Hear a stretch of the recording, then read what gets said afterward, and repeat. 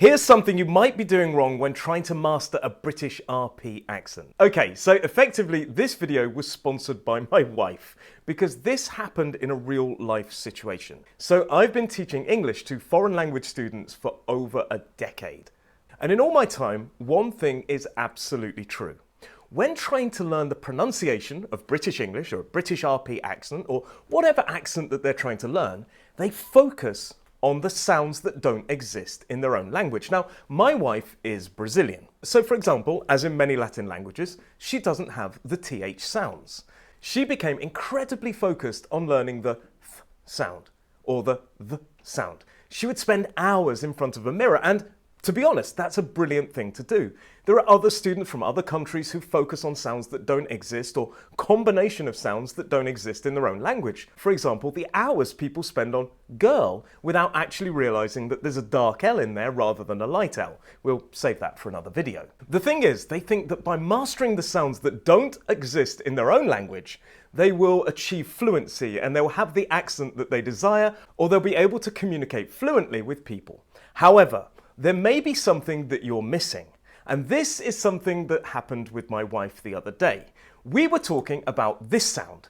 This is ah. It's the same sound that appears in words like car, bar, far, or in a standard Southern British accent or modern RP accent, bath, path, and grass.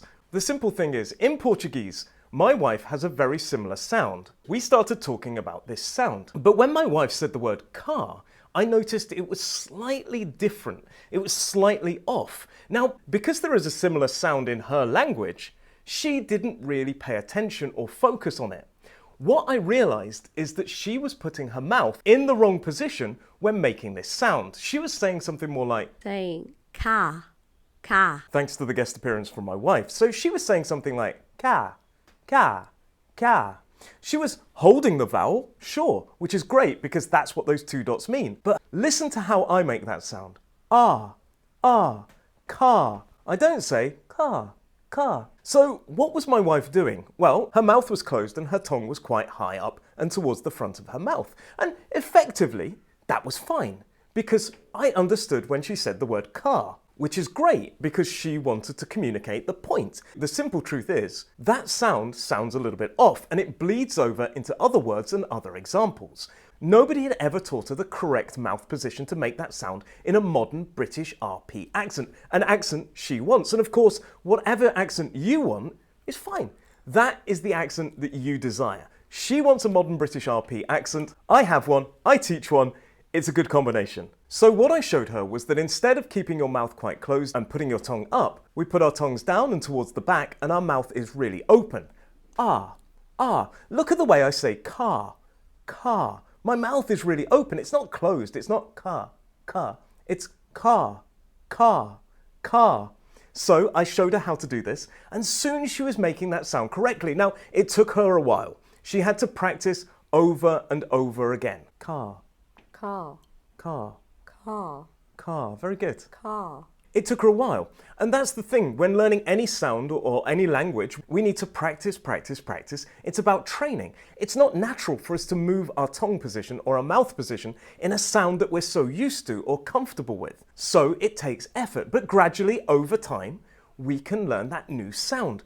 And this is something really interesting because it's something that I focus on in my course. Now, as I said, there are lots of accents in the UK and whichever one you want to learn, that's brilliant. In fact, there are lots of accents, native English speaker accents across the world. I specialize in a modern British RP, standard Southern British accent because it's my accent and I'm not trying to teach you something that I'm not. But what I've discovered is over the years, if my wife said ka,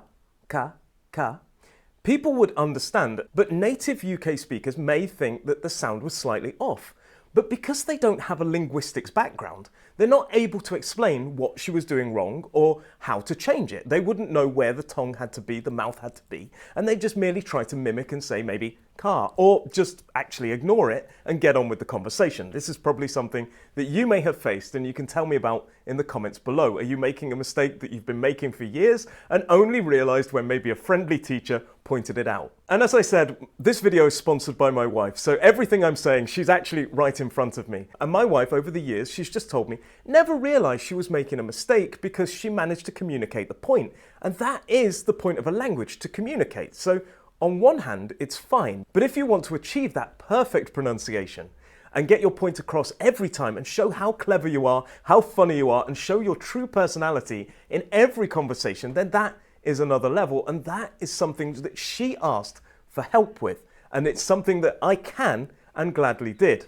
So, while you do need to pay attention to the sounds that don't exist in your language, of course you do, the th and the if they don't exist, one thing that you may not have paid attention to is potentially looking at those sounds that are very similar in your own language, but not quite the same. And that could be delaying your progress to reaching that level of pronunciation fluency that you wish to achieve. So again, do focus on the sounds that don't exist, but also pay attention to the sounds that do exist. But you will only be 100% sure that you're making the correct sounds if you analyze the tongue position, the mouth position, and also the length of the vowels, not holding on too long to a short vowel sound.